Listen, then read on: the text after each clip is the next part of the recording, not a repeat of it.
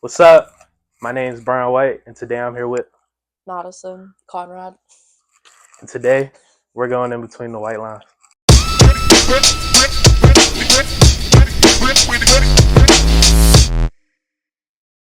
Okay, first, why don't you start introducing yourself to people? So I'm Madison. I'm a sophomore here at RMU, and I'm on the track and cross country team. You might want to say it out if they don't know what RMU is. Okay, Robert Morris, Bobby Moe, whatever you want to call it. Yeah. Okay, so before we talk about the present, gotta go into the past. So but why don't you start out telling people why you started running track? I kind of started running it out of actually pity. It's a funny story. I originally played softball and volleyball. I got really sick and ended up in the hospital, and the coaches just didn't want me on the team after that due to my medical issues. So I ended up quitting, started running, and just kind of fell in love with it, I guess, and kind of followed in my dad's footsteps. So you've been running track since high school, Eighth grade, eighth grade. and then I started cross country sophomore year of high school. Okay. So did you playing softball and volleyball like help you in track or no? No, it actually probably made it worse because if you think about it, you're impacting your knees whenever you're diving. So the Mm, constant impact on it just kind of destroyed it a little bit. But okay. So how was it? Why you don't talk about your experience running through high school? I mean, the coaching just wasn't really good. Wasn't really on the greatest team. I just kind of felt a little bit disrespected. I feel like in a sense. It wasn't just great at all. I guess. Um, Improper workouts, improper mileage, just got mistreated, and yeah.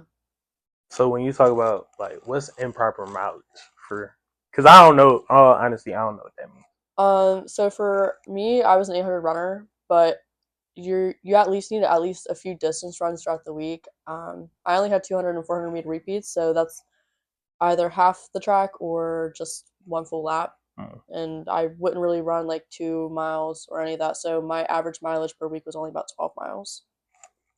right. So I don't know if I ever tell you this. I threw in high school.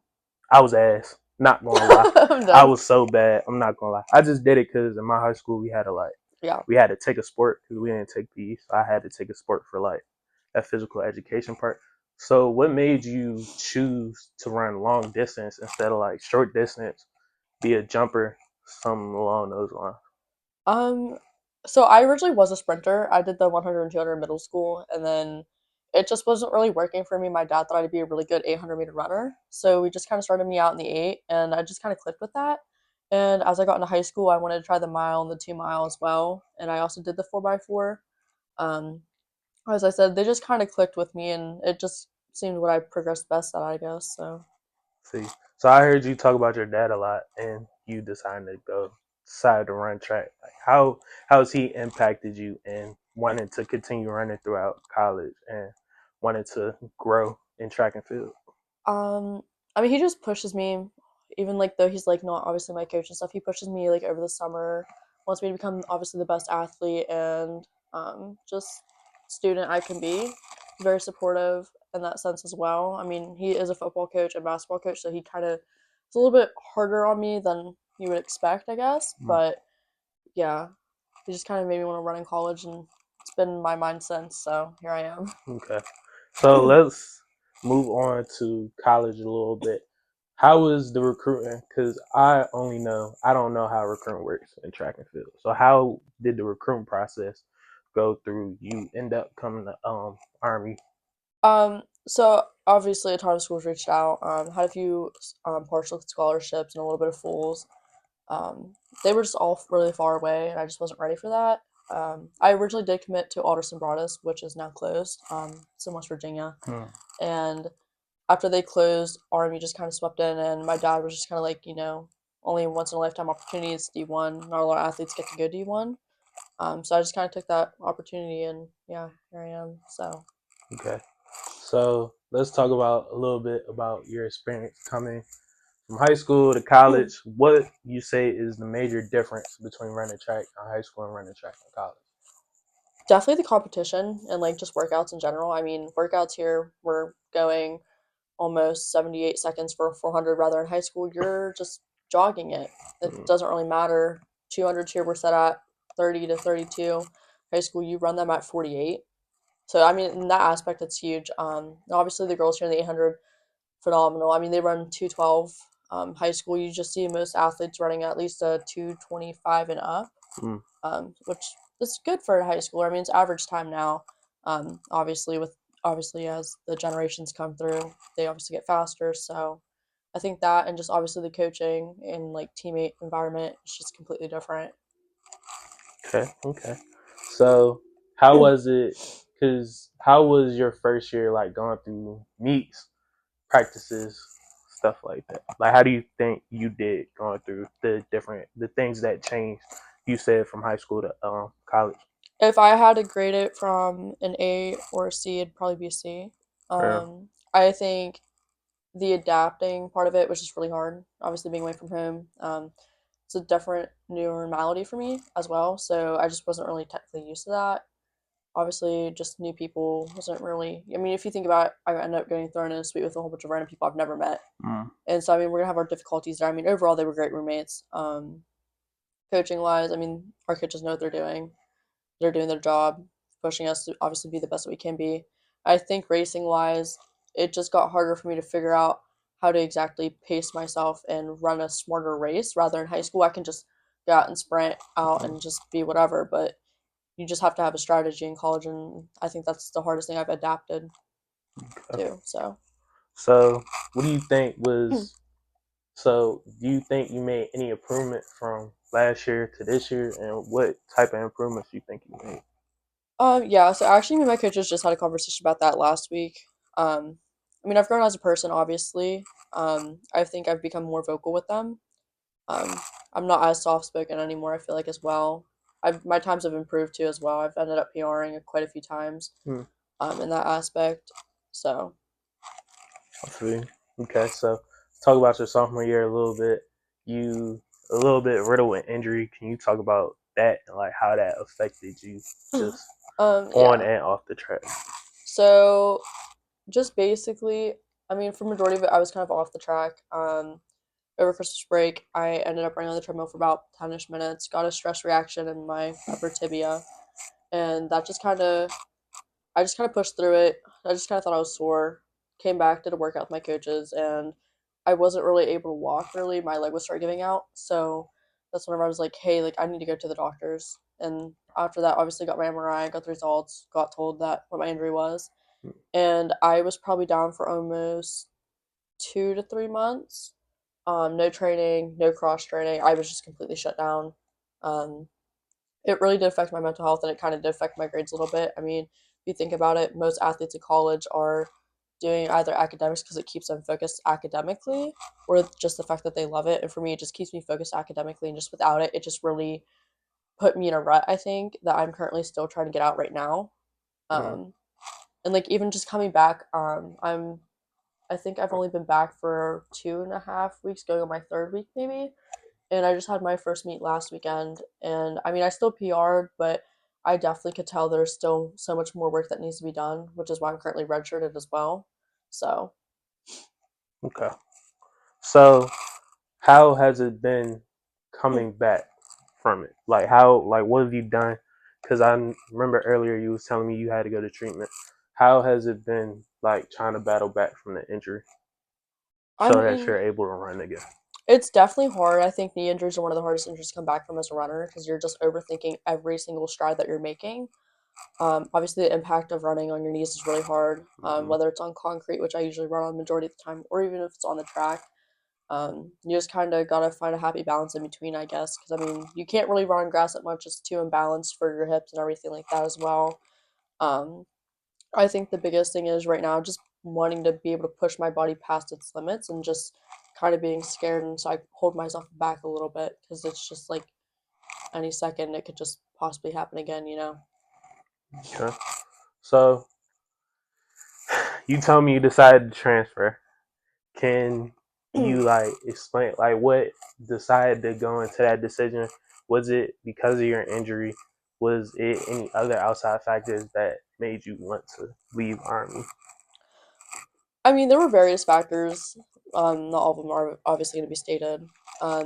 I knew after first first semester freshman year that this just wasn't the place for me. I Mm, just remember calling my dad every single day, like, I'm miserable. I don't want to be here. I would come home almost every single week. I mean, I kind of am kind of doing that like right now as well. I just know it's not the place. I didn't really feel accepted either. I just kind of felt lonely. Obviously, I hung out with you guys a lot, like down in yeah. the rugby suite, so I think that kind of helped out a little bit. But it's just I don't feel accepted. And I think obviously coming back from my injury and just even being injured in general, it just kind of opened my eyes. And I mean, if you really look at it from an athletic point of view, say Mount Union, they're D3, they run track and Mm, cross country. A lot of their girls are faster than our team, but we're D1. mm, No matter the number, it doesn't really matter. I mean, it's running. You're just running for time. You can't really put speed to a number, I yeah. guess. I see you. I see you. So, how has been in the transfer portal been? Because I know you was talking about some of the schools. Like, how has that been? Has it been? Because I know a lot. It differs from athlete to athlete, from sport to sport. Like, is the transfer portal is I say as jam packed as it is, say football, basketball? Has it been hard for you to like find a new place that you feel secure and feel that you could like spend the rest of your college career in? I think it is definitely hard. Obviously you want to find the right place where, as in for me, like I'm gonna be there for the next 3 years probably. So I'm trying to find that happy medium where like I'm happy with running, academics, and the area. Mm, There's been over 30 plus schools I've reached out, probably over 15 offers as well. mm, And a lot of the offers are far away, and I don't really know if I want to go far away still, until after college, obviously. Um, it's definitely a little bit stressful, especially obviously with finals week coming up and everything like that. mm, But luckily, for track and field, the decision, or well, the portal ends May 29th. I'm pretty sure for D1. mm. So I have the opportunity to still talk to coaches until after finals as well. Yeah. So I plan on making obviously my decision after finals at some point, maybe like a week or two after. Okay. Can't wait to hear it. See where you going. I know, right? But to so now I want to ask you a couple of questions. Yeah. One, first question I want to ask you: how far do you want to take track and field? Like, where do you like? How far do you want to go with it? Do you want to pursue? Because I heard it's very different a pro career than it is any other thing. So, do you want to pursue that? Do you not?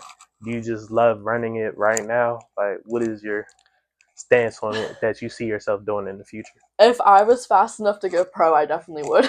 But I am not fast enough. But after college, I definitely do see myself training for more half marathons and maybe fulls. Mm, Maybe even entering elite track meets as well. I mean, obviously, I have to have cutoff times and all that. But mm, I think at some point, I will probably not enter into the track meets because I think there's a certain age that it should just be cut off. yeah, I But see. for like half marathons and fulls, till I can't run.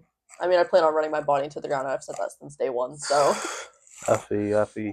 Could you see yourself like becoming a track and field coach in the future, or no? so actually, with the route I'm taking, I'm a sports psych major right now, and Mm, I'm doing EDU as my minor. So I do end up wanting to coach at a small D3 and kind of start out there, wherever that may be. I've spoke to various coaches, like obviously within my career from high school and now, that were even mentioning that they'd love to have me on their coaching staff. So I mm, think I'm being set up with very well rounded opportunities. I see. I see. So next, I just want to ask you because I personally, it was a little bit different at my high school. You know, Bullis, right? Yeah, Bullis High School. yeah. My school was in the same conference as Bullis. So when we were running track and I was throwing, it was like no disrespect to my team, but Yeah, we're not being bullies. yeah, Respectfully. yeah, Like bullies, they didn't even have people come to our indoor meets because they were yeah. like so much better at running track than us. But I say, how has it I say that to say, I saw an interview with Fred Curley. Know who Fred Curley is, right? I assume you do. I don't, but sure. The 100 meter? I mean, I know who Okay. Usain Bolt is. Anyway, I mean no, I'm just saying he the dude who beat Noah Lyles, I'm pretty sure. Oh, In the 100 meter. Okay. Well, anyway, I say that to say this. He brought up a point that in track, a lot of people see them on the team, but you're really not close with the people that you're running with. Like he said when he went to the Olympics, like you may have saw us together, you may like you see pictures of us taking with each other, but we would never like really speak with each other and we wouldn't communicate with each other. So I'm asking because I truly don't know. When I was playing track in high school, we were close, but obviously that's different in pro because you're really just running for yourself. Has it? Have you seen like at least on your collegiate team where y'all really aren't as close because you're trying to make sure that you're improving yourself and it's really not you're worried about the next person because track is technically an individual sport. Yeah, I mean, even with myself, I've seen that a lot. I know, I mean, we have a great group of girls on our team, but I think you'll see that anywhere, honestly. I mean, we're a Mm, team, we're not going to be with each other 24/7. I just think it also depends on how well that team clicks. mm, Obviously, with like just in general, I guess. So, I mean, our girls, I mean, the vast are very close, and just I'm not really close with them, I think. So, I mean, I'm close with like maybe like three at most out of like the 18. mm. As for the rest, I just kind of like the odd one out. So, I see. Do you think that's because you are a long distance runner and there's usually more like short distance in well, throwers? so that was just out of the distance team. So, Oh, real? yeah, I don't even talk to the sprints team at all, Oh, or the okay. jumpers, or the throwers. So, I see. I see. Okay. And then last question I got. You saw Shorty knock her on the head with the baton. You you saw it. yeah, yeah, I So did. tell me. I'm cracking up. So tell me, like, what did you think when you saw it? And like, I mean, what you girl, doing? What you doing if someone knock you on the head with a girl, it was plain as day, bro. We all see that. baton? She started fighting against the charges actually, which is crazy because Mm. there's video evidence. Like, And girl, then she was like, I ain't even mean to like hit her. And I saw yeah, her like, she okay. like winded up. She did it. She did it because I think the girl ended up like cutting her off or whatever. Like she had a faster time, and I think obviously with the amount of competition that there was, obviously athletes are under stress, but that's still no excuse to sit there and harm another athlete. Yeah, I'm pretty sure the girl ended up getting sent to the hospital as well. yeah, I think she, yeah. But if some girl were to hit me with a baton in the head, best believe I probably would have turned around and just spiked her or something. I don't know. Or maybe I would have just kept going, I obviously, see. because I don't want to like cause harm to another athlete and I don't want to get DQ'd. So I think it's just one of those where you make the decision, the smart decision to say at least, to just keep going and kind of ignore it, unless you obviously can't like that girl's circumstances. Then I mean, yeah, yeah. Eh. Well, that's it. Thank you, yeah. Madison. Thank This you, has buddy. been Between the White Lines.